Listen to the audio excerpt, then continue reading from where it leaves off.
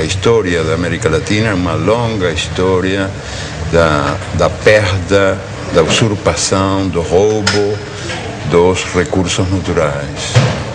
E a consciência da necessidade de preservar esses recursos, de defender esses recursos, não é tão acelerada como o processo do roubo que continua. Os ladrões são mais rápidos do que a gente, né? São mais velozes que nós. Um exemplo, o mais revelador de todos, eu acho o mais indiscutível de todos, a propósito desse divórcio entre os direitos da natureza e os direitos humanos, é o que acontece com os agrotóxicos, que estão sendo permitidos, esses venenos contra a natureza, estão sendo permitidos em países que têm governos progressistas, em nome da produtividade, ou seja, em nome de um critério economicista de o que é o progresso humano. Mas o que acontece com a terra? O que acontece com a gente? A terra e a gente são muito mais importantes que os numerinhos da produtividade. Então, se dá essa contradição, que governos que têm uma política progressista aceitam os agrotóxicos como se fossem uma necessidade inevitável, sem perceber que tem aí uma certa traição aos princípios que estão esses mesmos governos predicando, que são princípios muito ligados à saúde humana e à saúde da natureza. São vários princípios ativos banidos da maior parte do mundo que circulam impunemente no Brasil, porque o lobby dos agrotóxicos, que é poderoso, que movimenta recursos vultosos, o Brasil é o campeão mundial de agrotóxicos, nenhum outro país pulveriza na lavoura tanto agrotóxico quanto o nosso. Esse setor movimentou no ano passado mais de 7 bilhões de dólares em venda de produtos. Questiona na justiça com sucessivas petições, com embargos, protelando processos. Então, a reavaliação toxicológica da Anvisa fica amarrada às injunções do judiciário. O que está em jogo agora? Está para ser decidida nos próximos dias a forma como o Brasil se posiciona em relação ao princípio ativo chamado metamidofós. Esse ano, questionou uma resolução da Anvisa proibindo a venda e o uso de metamidofós no Brasil. O que é esse palavrão? É o princípio ativo de um agrotóxico usado nas lavouras de soja, de batata, de feijão, tomate, trigo e algodão. Quais são os problemas causados pelo metamidofós? Entre outros, atinge sistema nervoso central, dano de memória, lapsos de memória em crianças, perda de movimentos, prejuízo ao movimento das crianças principalmente, reduz imunidade no organismo, causa desregulação hormonal, sistema reprodutor pode ser comprometido, pode haver complicações no embrião das gestantes, ou seja, é um veneno que foi proibido em países como Estados Unidos e China, que, veja, são bem diferentes na forma como vetam circulação de produtos. Sim. Países da Europa, a comunidade europeia toda, e países da África. Mais uma vez, são países bem distintos, ou blocos de países bem distintos, na forma como vetam circulação de produtos. O Brasil tolera. A chamada Revolução Verde, pós-Segunda Guerra Mundial, prometia comida farta e sadia na mesa dos habitantes de todo o planeta. A pretexto de modernização nos campos, a Revolução Verde impôs um monocultivo em áreas extensas, expulsando o camponês e sua família da terra que cultivava, trocando homens por máquinas. O uso de sementes geneticamente modificadas, os conhecidos transgênicos, generalizou-se a pretexto de multiplicar a produção. O uso dos agroquímicos ou agrotóxicos foi intensificado a partir da década de 60, com o uso de adubos químicos e venenos. A química promete saúde, mas oferece riscos aos que consomem alimentos geneticamente transformados e aos trabalhadores que manipulam os agrotóxicos. Hoje, o Brasil possui e opera mais de 400 tipos de agrotóxicos registrados, inseticidas, fungicidas e herbicidas. A tecnologia utilizada na Revolução Verde é proveniente da indústria da guerra. Durante a Segunda Guerra Mundial, a IG Farben, a empresa alemã que fabricou o gás Zyklon B, deteve o monopólio da produção química da Alemanha nazista. Entre os seus principais proprietários estavam a BASF e a Bayer. Os Estados Unidos utilizaram no Vietnã de 1961 até 1971 o herbicida conhecido como agente laranja. Segundo a Monsanto, uma das empresas produtoras, foi para salvar as vidas dos soldados americanos e aliados, desfolhando a densa vegetação das selvas vietnamitas e, portanto, reduzindo as possibilidades de uma emboscada. Além da Monsanto, a Dow Chemical também participou da Rede da Morte. Com o fim da guerra, inúmeras ações foram movidas contra a Monsanto, a Dow e outros fabricantes de produtos químicos por soldados e familiares dos que combateram no Vietnã. Nos tribunais, chegaram a um acordo que gerou uma indenização de 180 milhões de dólares aos que combateram no Vietnã. A Justiça da Coreia do Sul ordenou que a Monsanto e a Dow pagassem 62 milhões para 6.800 veteranos de guerra coreanos.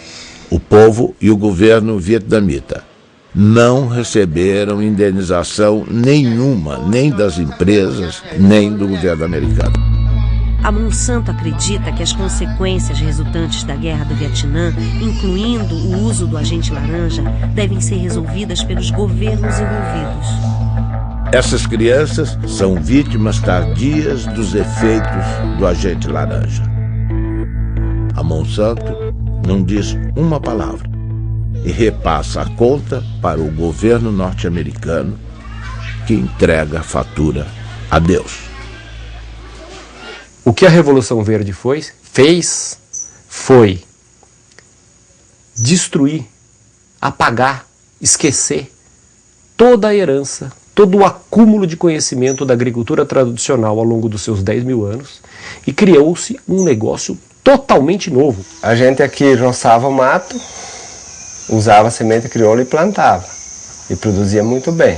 Por volta de 80, 81, 82, as empresas começaram a deixar semente. Só que daí isso começou a ter uma produção enorme, comparando com os produtos crioula, porque a gente produzia em média 50, 60 sacos por hectare no caso do milho. Aí a gente começou a produzir 100 e pouco, com pouco investimento. A primeira coisa que aconteceu de ruim foi que a gente perdeu o controle da semente.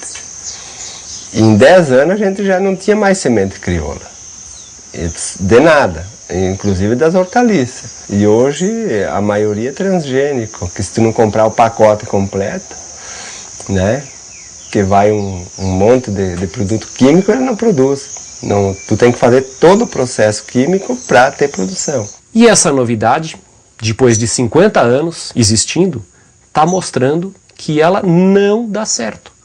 O que ela está produzindo? Ela está produzindo perda da fertilidade do solo, perda dos mananciais, perda da biodiversidade, contaminação do solo, das águas e das pessoas, contaminação do ar, mudanças climáticas. O que mais nós vamos esperar acontecer para a gente perceber que esse modelo novo não é um modelo bom? No último ano, os alimentos que foram os mais contaminados foram pimentão, pepino, tomate, morango, abacaxi, uva. São esses alimentos que são os que causam a maior preocupação, porque eles são consumidos in natura. A forma de produção deles, muitas vezes eles são colhidos com um pequeno intervalo de segurança ou sem nenhum intervalo entre a aplicação do agrotóxico e a colheita. Então isso acaba gerando uma alta quantidade de produtos em desconformidade, ou com agrotóxicos acima dos limites permitidos pela regulamentação, ou até mesmo com o uso de agrotóxicos proibidos, que acabam sendo produtos que muitas vezes estavam destinados a uma produção de soja, ou uma produção de milho, ou ao algodão, e que acabam sendo desviados e utilizados nas culturas menores ou nas culturas de consumo alimentar mais intenso. Nas amostras de frutas e verduras colhidas pela Anvisa para análise, foram encontradas as seguintes proporções de agrotóxicos.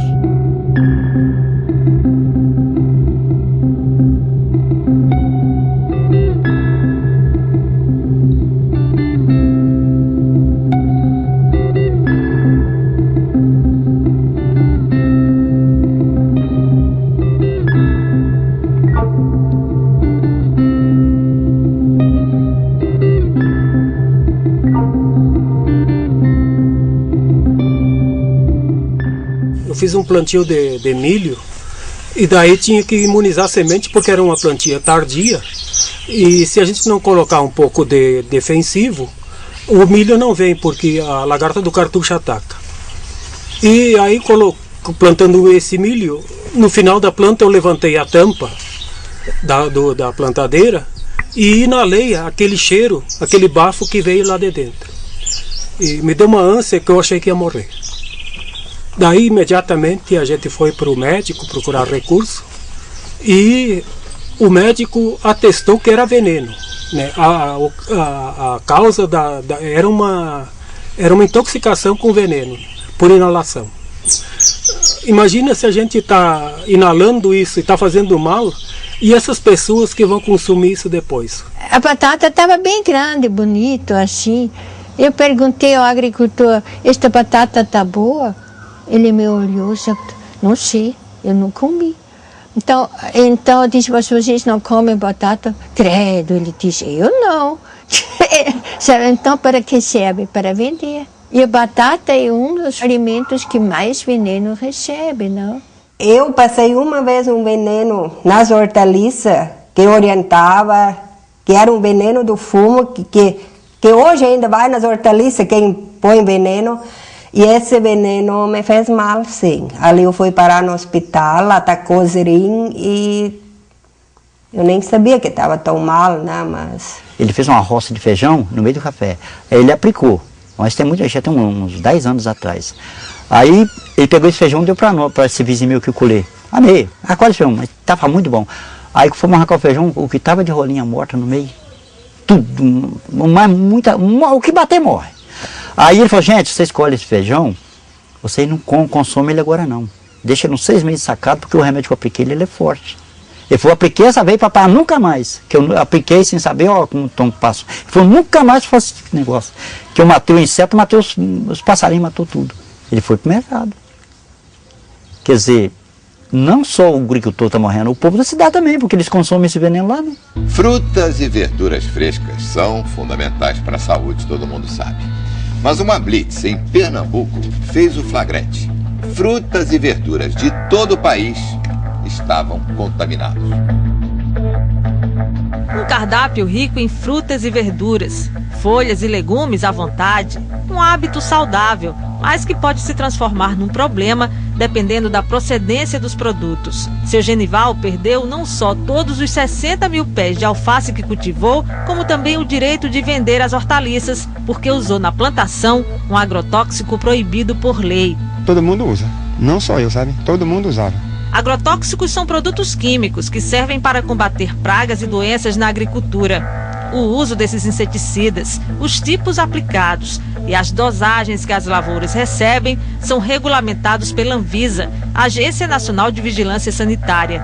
Alguns produtos foram retirados do mercado por causa dos riscos à saúde. Uma pesquisa feita na Central de Abastecimento de Pernambuco pela Agência de Defesa Agropecuária encontrou irregularidades em várias amostras de frutas e verduras, não só produzidas aqui no estado, como o tomate e o couve-flor, mas também no pimentão da Paraíba e no morango do Espírito Santo. Todos apresentavam altos teores de agrotóxico e estão com a comercialização proibida. A ameaça não é só para quem consome os produtos contaminados.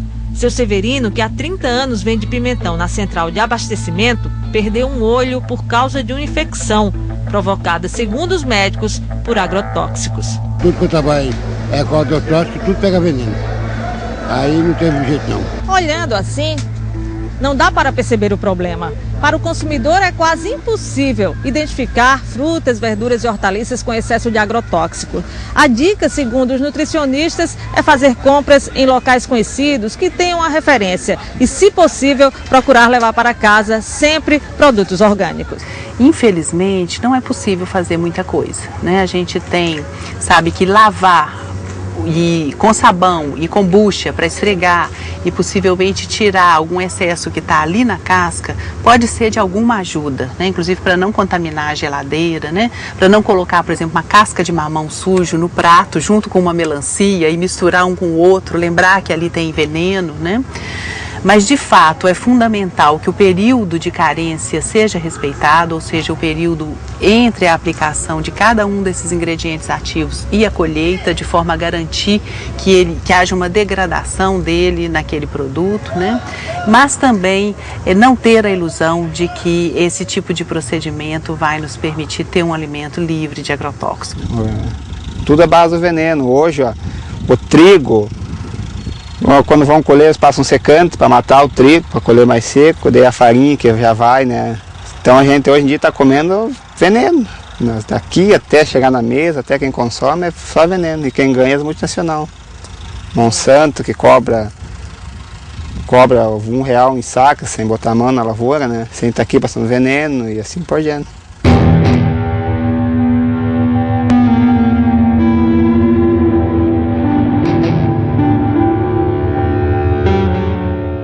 Então, a recomendação da instituição é que ninguém deixe de comer alimentos, frutas, legumes e verduras por conta dos agrotóxicos. Agora, o ideal é que esses produtos não sejam mais utilizados. Se as pessoas não consumirem frutas, legumes e verduras, né, elas vão acabar consumindo outros alimentos que, em tese, a gente imagina que não tenham agrotóxicos, né?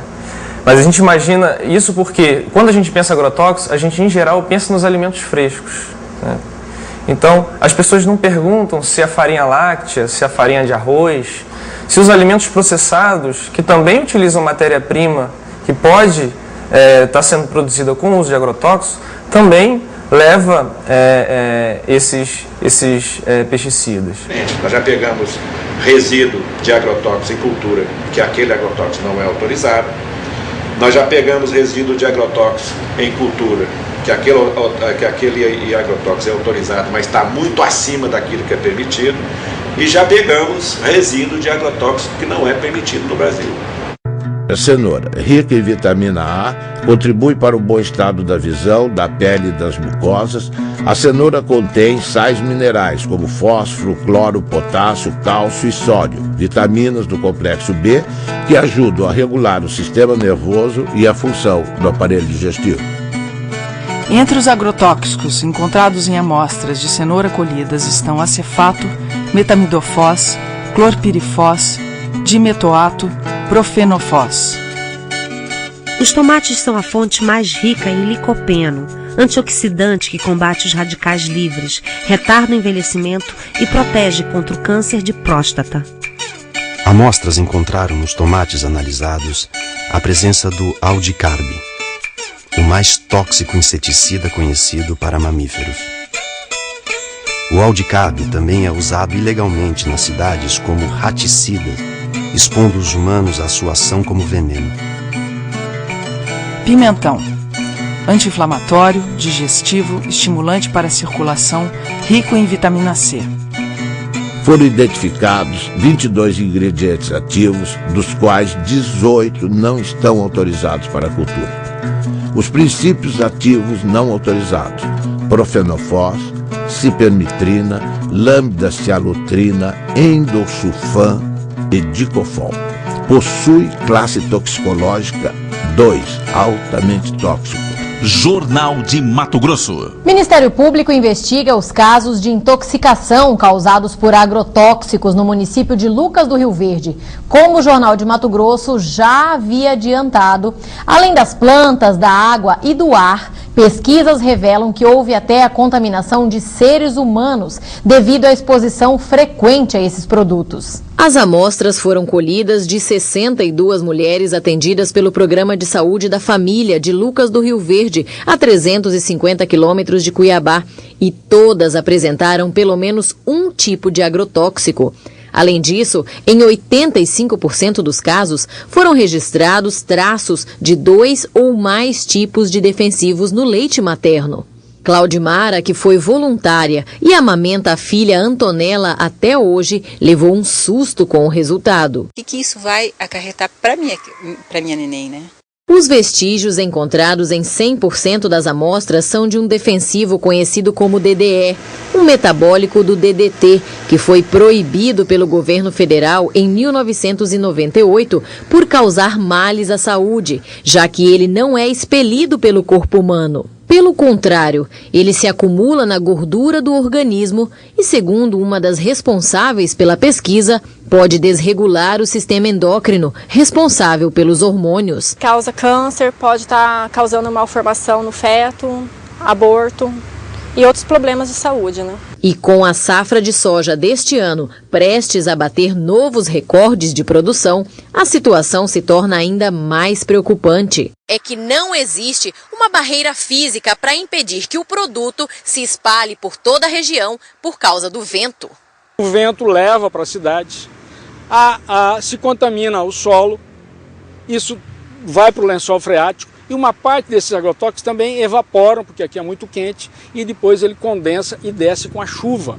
E os pequenos agricultores de Lucas sabem bem disso.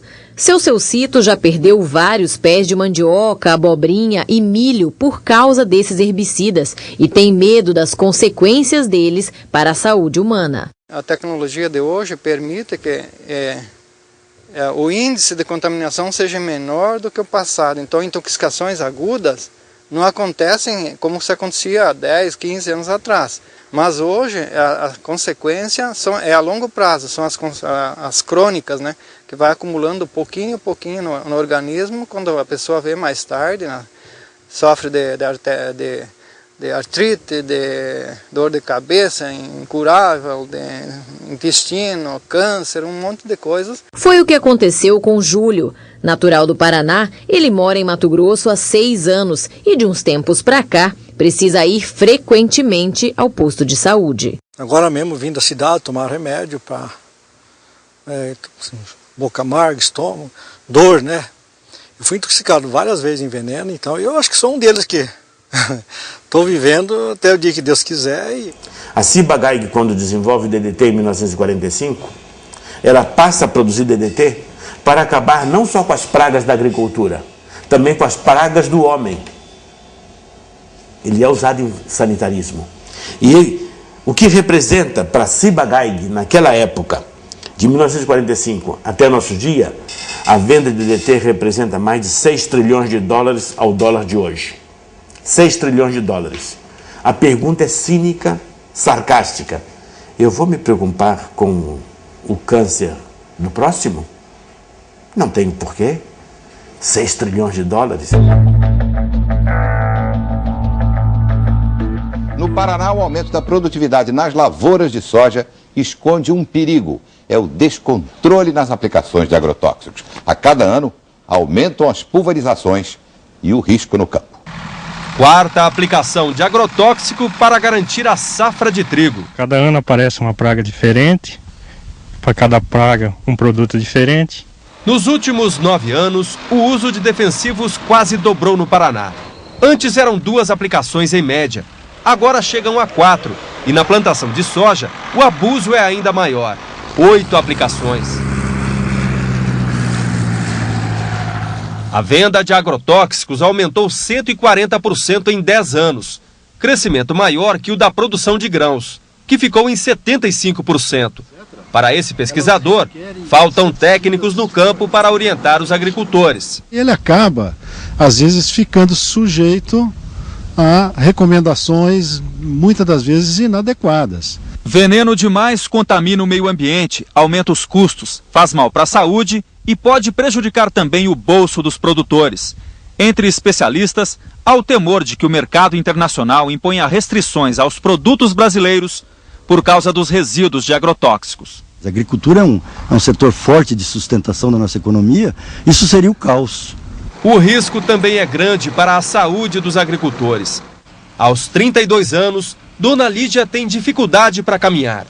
Ela sofre de uma doença que aos poucos vai destruindo o sistema nervoso, consequência dos venenos usados na lavoura de fumo, onde ela trabalhou desde a infância. Preço meu, todos os anos que eu trabalhei da minha vida, aos 32 anos eu tenho uma notícia tão grave, sabe? Não vale a pena. Você queria estar vivendo, estar feliz, sendo um domingo, você poder ir passear e dar risada, não estar pensando toda hora num problema tão sério e sofrendo as consequências dele, porque não é só pensar, é sentir. Bom, nesse cenário de crescimento vertiginoso do uso dos agrotóxicos, eu penso que a atual campanha permanente contra o uso dos agrotóxicos e pela vida, ela cumpre um papel fundamental, não somente na questão da mobilização, e eu digo mesmo no aspecto da comunicação em saúde, porque ela revela para a sociedade os graves impactos sociais e ambientais decorrente do uso abusivo desses produtos químicos no país. As crianças, a família, as mulheres também atuam no campo. E a gente sabe que às vezes a exposição se dá ainda dentro do útero, né? Então, os efeitos daquela criança, daqueles agentes agindo tão precocemente, a gente só vai ver a manifestação de um tumor, né, de um futuro câncer anos depois. 53% dos trabalhadores examinados na monocultura do abacaxi estavam com alterações na função hepática e inclusive um deles veio a falecer, exatamente o do almoxarifado químico, né, que trabalhou durante 3 anos e 6 meses, todos os dias exposto a agrotóxicos e que, apesar de ser rígido e ter apenas 29 anos, em 4 meses adoeceu e veio a falecer de uma hepatopatia tóxica, de acordo com um laudo firmado por 4 professores da Faculdade de Medicina da UFC. Veio aparecer o amarelidão nos olhos dele, depois no corpo todo, depois veio os lábios ficaram ressecados, cortados, as pontas dos dedos, das mãos, dos pés. E, enfim, veio começar mesmo a piorar depois a situação dele. Vou provocar a urinar a cor de Coca-Cola. Aí, quando foi, eu fiz o aniversário do meu menino de 1 ano, os médicos diziam que era hepatite. No começo achavam que era hepatite e depois foi imediatamente transferido para Fortaleza. Quando foi com 1 mês, né, que estava internado, 1 mês, ele faleceu. Ele trabalhou na empresa com 3 anos e 7 meses. Ele fazia lá na firma a mistura dos coquetel.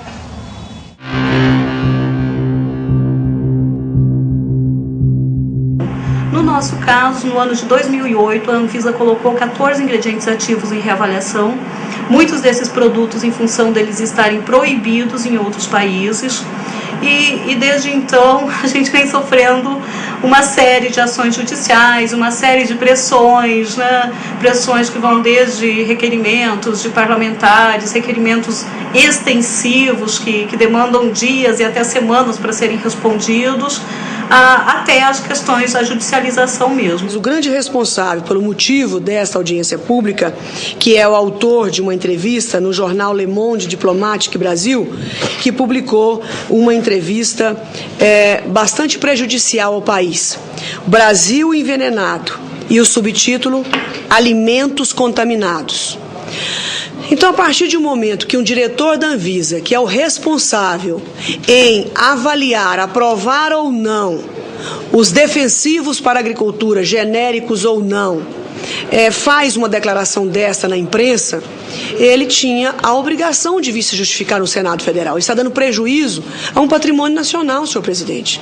Essas pessoas se esquecem que elas também comem e que elas querem comer barato. Se ele tem um bom salário na Anvisa, não é o caso de milhares e milhares de brasileiros que ganham salário mínimo ou que não ganham nada.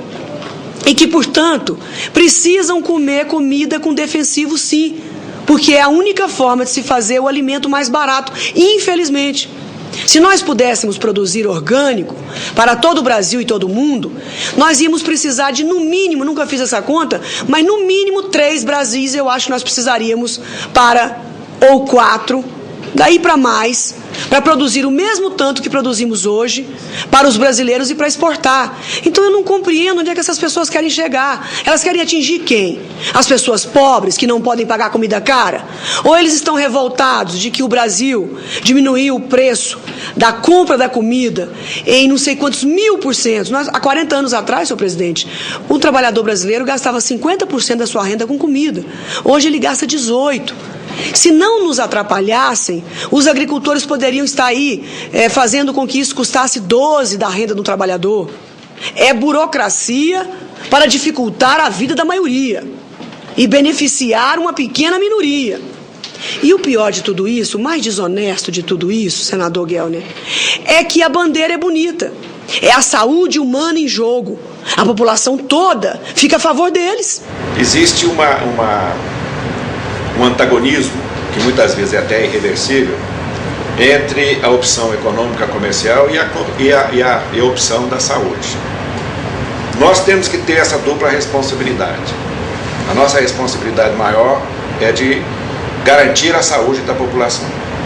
Boa parte dos efeitos à saúde, da intoxicação que é feita às populações, boa parte de toda essa destruição que é desenvolvida pela expansão das monoculturas, ela não tem nenhuma implicação para o lucro e para a cadeia de preços.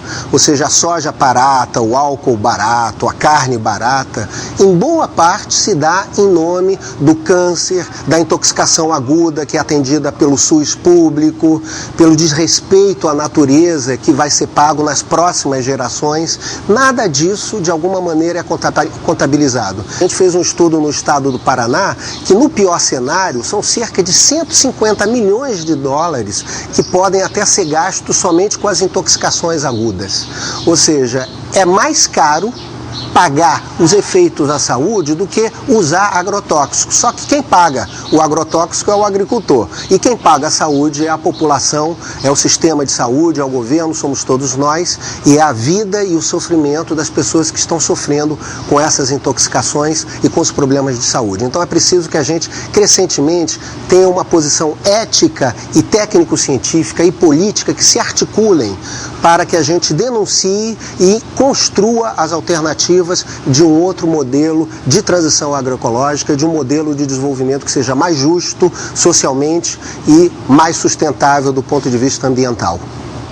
A nossa experiência, na verdade, é de constatar diversos mecanismos de atuação do lobby do agronegócio sobre as estruturas do Estado, no sentido de impedir que os órgãos cumpram sua missão. Recentemente nós trabalhamos apoiando a Anvisa na revisão de 11 agrotóxicos e pudemos constatar, né, a pressão de diversos órgãos governamentais representando conflitos de interesses do agronegócio. E a gente viu isso claramente ser feito pelo Ministério da Agricultura, pelo Ministério de Ciência e Tecnologia, pela Casa Civil, né? E aqui em Pernambuco a gente vê também isso presente nos momentos em que a gente tem discussão no Fórum de Combate aos Agrotóxicos, que é um fórum bastante interessante, que foi criado pelo Ministério Público do Trabalho para discutir e ter ação pública, não é, frente a essas nocividades desses venenos. Quer dizer, o que a gente apurou junto à Anvisa é que algumas lideranças políticas estão pressionando a Agência Nacional de Vigilância Sanitária, questionando a resolução que veta a comercialização e o uso desse produto. Isso nos causa asco. Pressionando de que forma? Telefonando diretamente? Telefonando. Puxa vida. E questionando a agência por que está havendo esse embargo, por que vocês estão vetando a circulação desse produto. O que eu posso entender dessa situação é que, mais uma vez, não é uma questão político-partidária, mas poderia ser aqui uma retribuição à forma como certas fábricas, certas empresas ligadas ao setor químico, que produz agrotóxicos, financiam campanha. Um dos achados que nos deixou mais perplexos nesses 4 anos de estudos foi a descoberta de que os agrotóxicos têm estímulo fiscal para serem utilizados e consumidos no Brasil como um todo, né?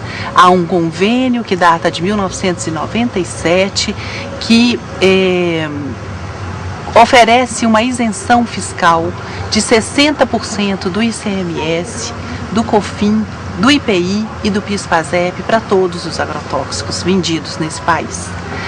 E no Ceará, e parece que em alguns outros estados do Brasil, os governos estaduais ainda acharam isso pouco e estenderam essa isenção a 100%. Cristina Kirchner ordena a investigação de agrotóxicos da Monsanto e do POM. A presidenta da Argentina, Cristina Fernandes de Kirchner, fez um pronunciamento na Sala de Convenções de Olivos, a sede do governo, em que o tema principal eram as medidas para o setor rural, afetado pela crise econômica mundial e a seca. Mas ela incluiu no seu discurso uma surpresa para um público muito favorável à soja transgênica.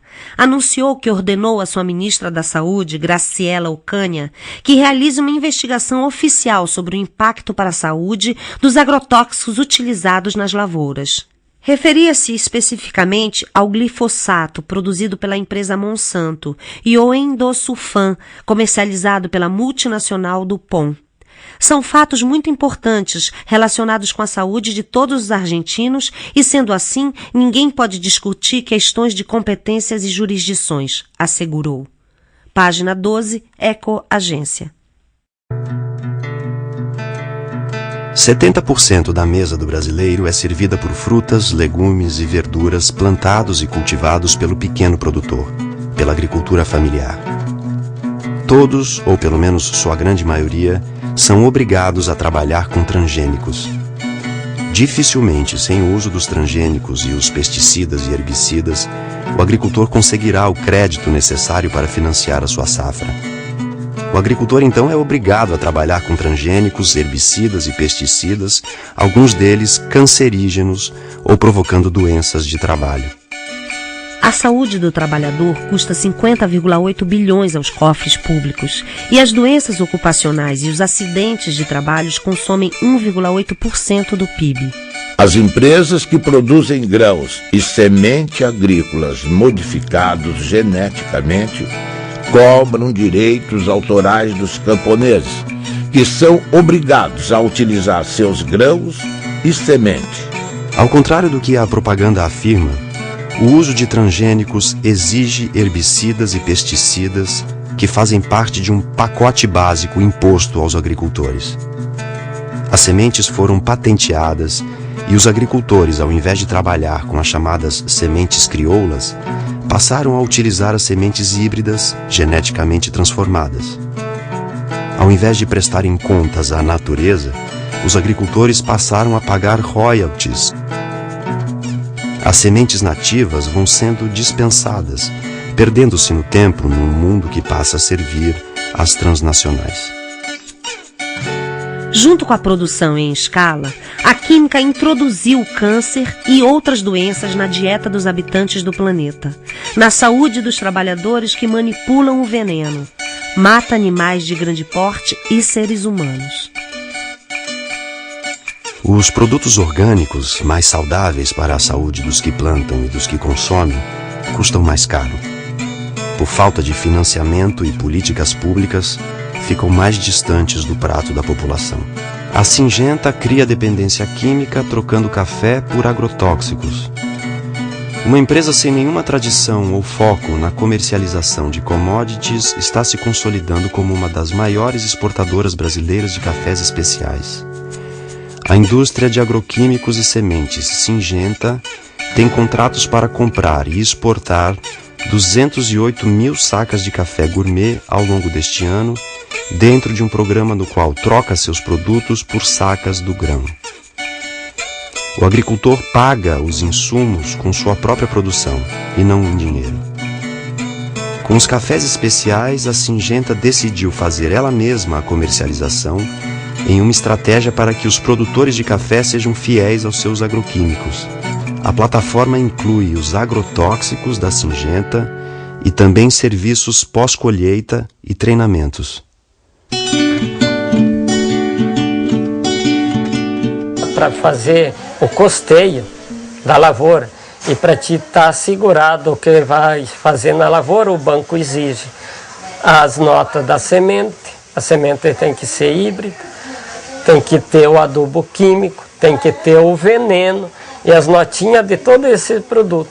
Porque lá no dia de fazer a entrevista vai vir um técnico, né, do banco, né, o fiscal, ele vai querer essas notas para te estar dentro do seguro, senão em 48 horas tu tem que devolver o dinheiro lá, se tu não tiver a lavoura, conforme como está no Crucri, feito lá e usou a semente híbrida e o adubo, se tu não usou aquilo, não tem aquelas notas, tu não vai ganhar o Proagro, né? A palavra Adonai em hebraico significa ele, como se designa Deus, cujo nome não se pronuncia. Aqui no Brasil, no Rio Grande do Sul, Adonai é um agricultor que reinventa o mundo à sua maneira.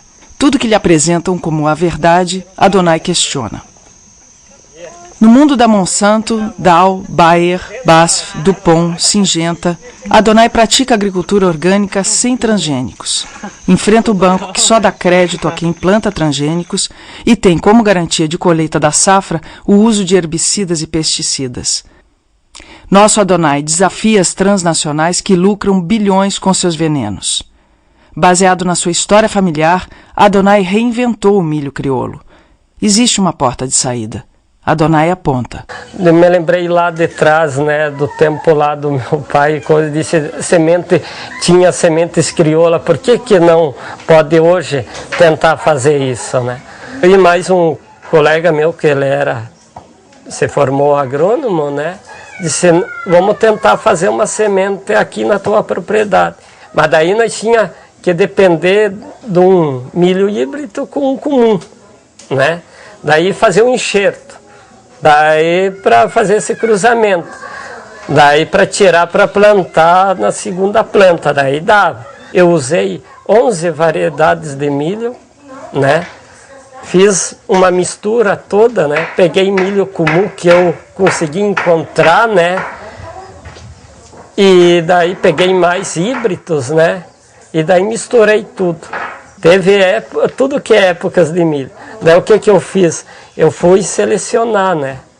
Trabalhar com elas. Levou três anos que eu consegui fazer esse milho sangue. Hoje em dia, o pessoal sempre acha, se faz agricultura orgânica, não vai nutrir a humanidade.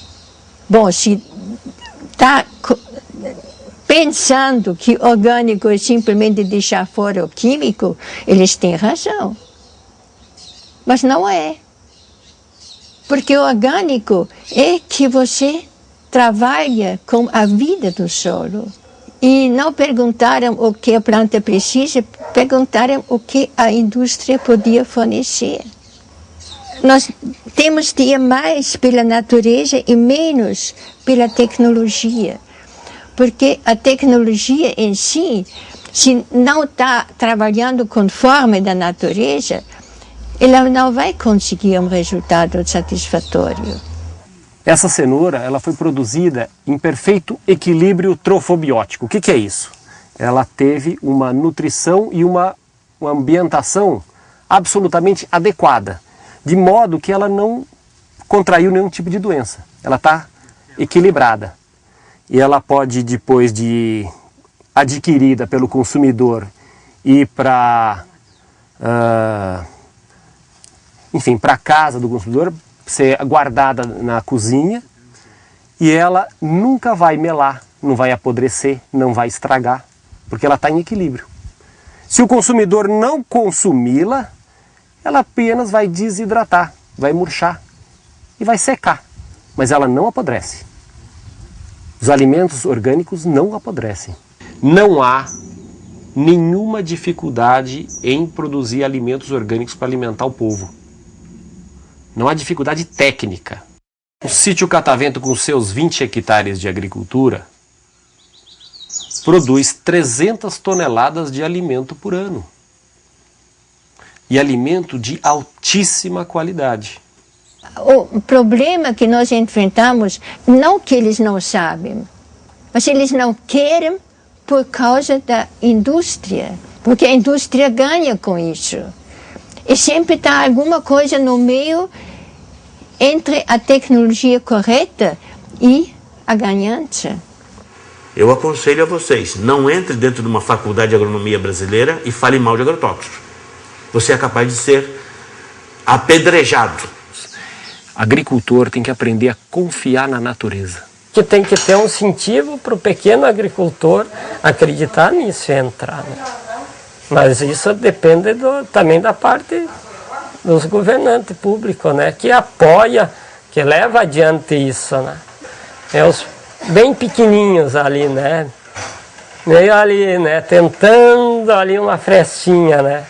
Eu acho que a única possibilidade que nós temos de não só recuperar recursos naturais e saber defendê-los, mas também de ligar isso com a necessidade de uma vida melhor para os melhor e mais livre para os humanos que habitamos essas terras, e tomar consciência de que os direitos da natureza e os direitos humanos são dois nomes da mesma dignidade.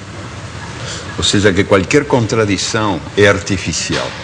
E sobretudo quando nasce dessa espécie de religião do progresso, do desenvolvimento, do crescimento econômico que predomina num mundo onde manda o Deus mercado, que é um Deus implacável, invisível, tremendo filho da puta, o Deus mercado, que manda esquecer essa identidade entre os recursos naturais e a vida humana, e entre os direitos humanos e os direitos da natureza.